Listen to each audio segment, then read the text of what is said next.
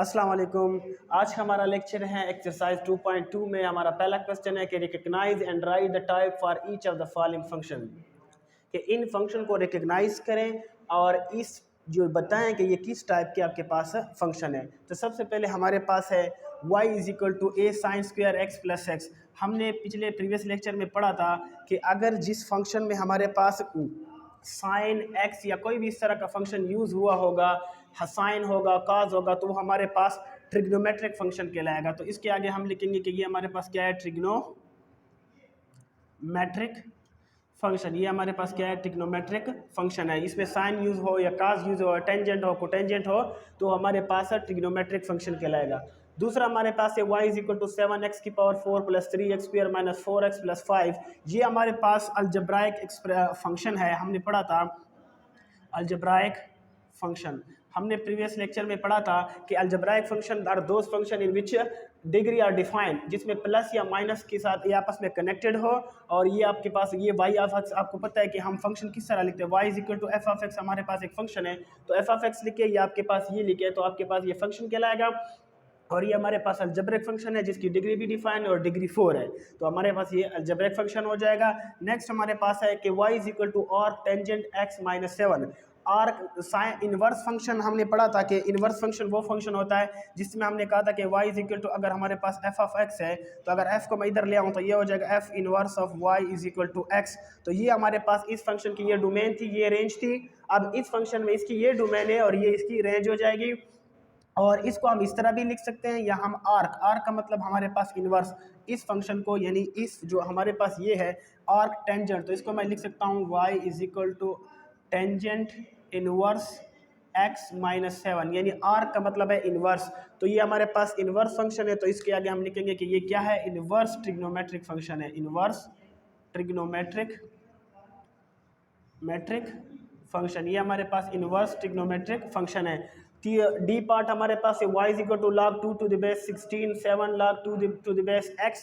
जिसमें हमारे पास किसी भी फंक्शन में लॉगरिथम लॉग यूज हुआ होगा तो हमारे पास लॉगरिथमिक फंक्शन कहलाएगा। तो ये हमारे पास क्या है, लॉगरिथमिक, ये हमारे पास क्या है, लॉगरिथमिक फंक्शन हो जाएगा।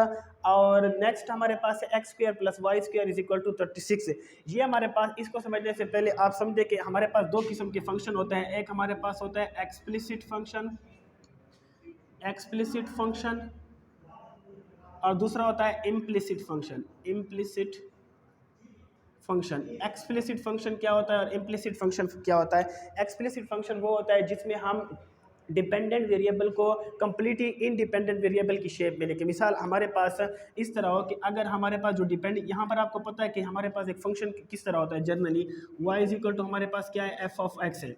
अब इसमें हमारे पास डिपेंडेंट वेरिएबल ये इंडिपेंडेंट ये है, डिपेंडेंट ये है, यानी ऐसा फंक्शन जिसको हम y की शेप में मुकम्मल लिख सके, यानी इस तरह हो कि completely Inn Express of y हो, यहाँ पर y हो, यहाँ पर सारे x हो, x square plus 2x plus 3, यानी सारे x एक साइड पे हो, उसको हम completely expressed as a y लिखे तो हमारे पास एक्सप्लिसिट फंक्शन होगा।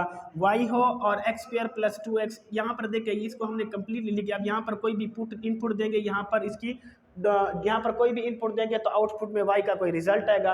तो ऐसे फंक्शन क्या कहलाते हैं, एक्सप्लिसिट फंक्शन कहलाते हैं। और इम्प्लिसिट फंक्शन वो होता है जिसको हम इन टर्म्स ऑफ y नहीं लिख सकते, यानी कोई भी एक वेरिएबल की टर्म में नहीं लिख सकते हैं। जिस तरह के हम लिखें कि x square plus 2xy plus y square is equal to 4। अब यहाँ पर अगर मैं y को इधर ले जाता हूँ तो इधर भी y आएगा, x भी आएगा। अगर मैं इस दोनों को उधर ले जाता हूँ, इन दोनों को उधर ले जाता हूँ तो फिर x भी उसके साथ चला जाता है। यानी ऐसा फंक्शन जिसको हम या ना तो x की शेप में लिख सकते हैं ना y की शेप में लिख सकते हैं, तो वो हमारे पास इम्प्लिसिट फंक्शन कहलाएगा। अब यहाँ पर देखें ये x square plus y square है, अगर इसको मैं इधर लेके जाऊँ एक्स स्क्वायर को तो यहाँ पर y सिर्फ रह जाएगा। तो आप तो कहेंगे कि इसको तो हम लिख सकते हैं, लेकिन नहीं लिख सकते क्योंकि अगर y इधर चला जाएगा तो y की पावर 2 है। जब y का स्क्वायर हम खत्म करेंगे तो यहाँ पर हमारे पास उसके आंसर में 2 आंसर आएंगे। मिसाल आपको पता है कि y स्क्वायर हमारे पास, अगर ये मेरे पास 16 है तो y के आपके पास आंसर क्या आएगा, प्लस माइनस 4 आएगा। तो यहाँ पर इसके आंसर प्लस भी है और माइनस भी है, तो इसलिए ये हमारे पास फंक्शन भी फिर नहीं कहलाएगा। तो इसलिए इस फंक्शन को हम क्या कहेंगे, ये हमारे पास क्या होगा, इम्प्लिसिट फंक्शन होगा। ये हमारे पास क्या है, इम्प्लिसिट ये हमारे पास इम्प्लिसिट फंक्शन कहलाएगा। और ये हमारे पास जो एफ फंक्शन है y is equal to e की पावर 3x प्लस ई की power minus 3x divided by e की पावर 3x माइनस ई की पावर माइनस 3x, ये हमारे पास हाइपरबॉलिक फंक्शन है। हाइपरबॉलिक फंक्शन या तो इस शेप में होंगे हमारे पास, या हमारे पास हाइपरबॉलिक जो फंक्शन होता है वो cos hx, sin hx, tangent hx, ये सारे हमारे पास क्या होता है हाइपरबॉलिक फंक्शन, जिसमें h यूज़ हुआ हो या इस कंडीशन में हो तो वो हमारे पास हाइपरबॉलिक फंक्शन होता है। तो ये हमारे पास हाइपरबॉलिक फंक्शन, ये हमारे पास हाइपरबॉलिक फंक्शन हो जाएंगे। और लास्ट में हमारे पास है y is equal to square root x minus 8, ये हमारे पास एक्सप्लिसिट फंक्शन है। देखिए इसमें हमारे पास बिल्कुल y, ये इन टर्म यहाँ पर सिर्फ y है और इस साइड पे सिर्फ x है, तो ये हमारे पास क्या कहलाएगा एक्सप्लिसिट फंक्शन हो जाएगा। ये हमारे पास एक्सप्लिसिट, ये हमारे पास एक्सप्लिसिट फंक्शन हो जाएगा। तो इसके साथ हमारा पहला क्वेश्चन सॉल्व हो गया। अब दूसरे क्वेश्चन की तरफ चलते हैं। अब चलते हैं दूसरे क्वेश्चन की तरफ। A sealed box contain radium, the number of the gram present at time t is given by q of t is equal to 100 e की power minus 0.0043 t, where t is measured in year. Find the amount of radium in the box at the following times at t is equal to 0, t is equal to 800, t is equal to 1600 and t is equal to 5000। और last हमारे पास जो E part है, how did you guess from the above result. वो कह रहा है कि एक सील बॉक्स है, उसमें एक रेडियम पड़ा है। रेडियम आपके पास एक केमिकल एलिमेंट है। आप इसमें रेडियम आपके पास का जो एटॉमिक नंबर है वो 88 है। तो वो कहता है एक बॉक्स में रेडियम पड़ा है और उसमें number of gram present at time, जो प्रेजेंट टाइम में ग्राम्स की जो अमाउंट है वो है q of t is equal to this expression, where वो कह रहा है t इज मेजर्ड। आपके पास जो t है वो मेजर्ड है किसमें, ईयर है, यानी t आपके पास क्या है, अगर हम t ईयर में यहाँ पर पुट करेंगे तो q ऑफ t हमें किस में मिलेगा, ग्राम में।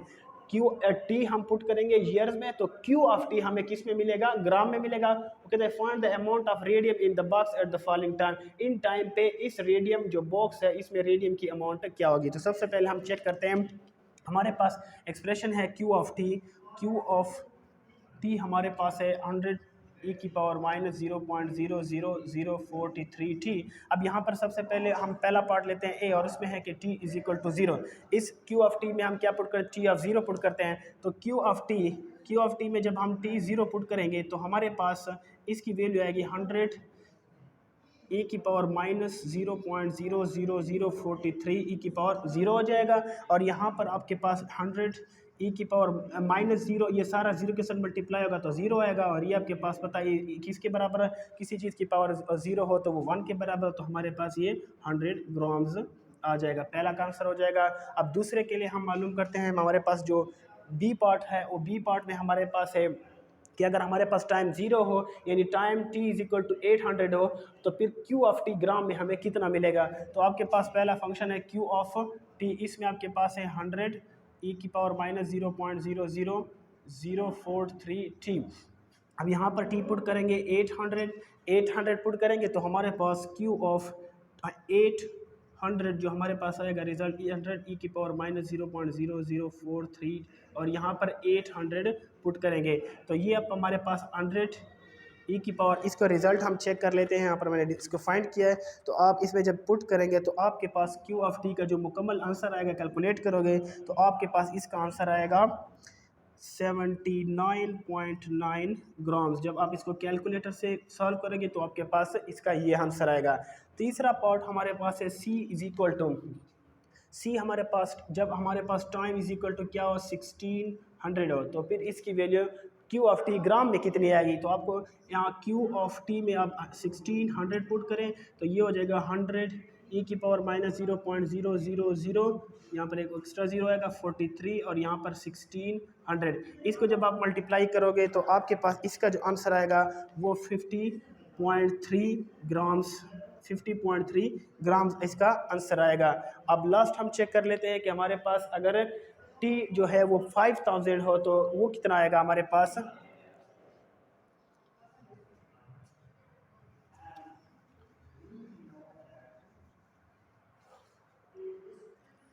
अब चेक करते हैं, अगर हमारे पास जो डी ऑप्शन है, अगर D T is equal to 500 हो तो फिर इसकी वैल्यू क्या आएगी। हमारे पास जो एक्सप्रेशन है वो q of t is equal to, आपके पास जनरल एक्सप्रेशन है 100 ई की पावर -0.0043t। अब यहाँ पर 100 e की पावर -0.0043, यहाँ पर आप पुट करेंगे 500 पुट करेंगे, तो जब आप इसको कैलकुलेट करोगे तो आपके पास इसका आंसर आएगा 11.6 ग्राम, इसका आंसर आएगा।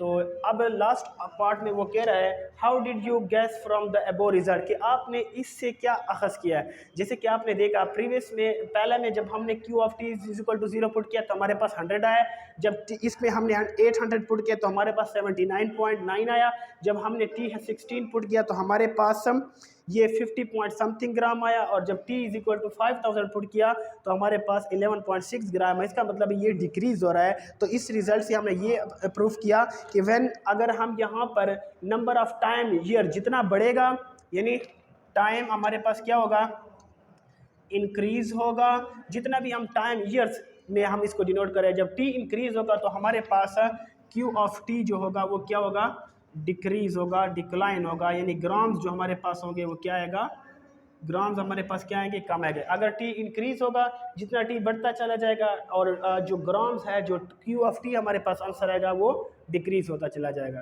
तो ये हमारे पास एक्सरसाइज 2.2 में क्वेश्चन नंबर 2 सॉल्व हो गया।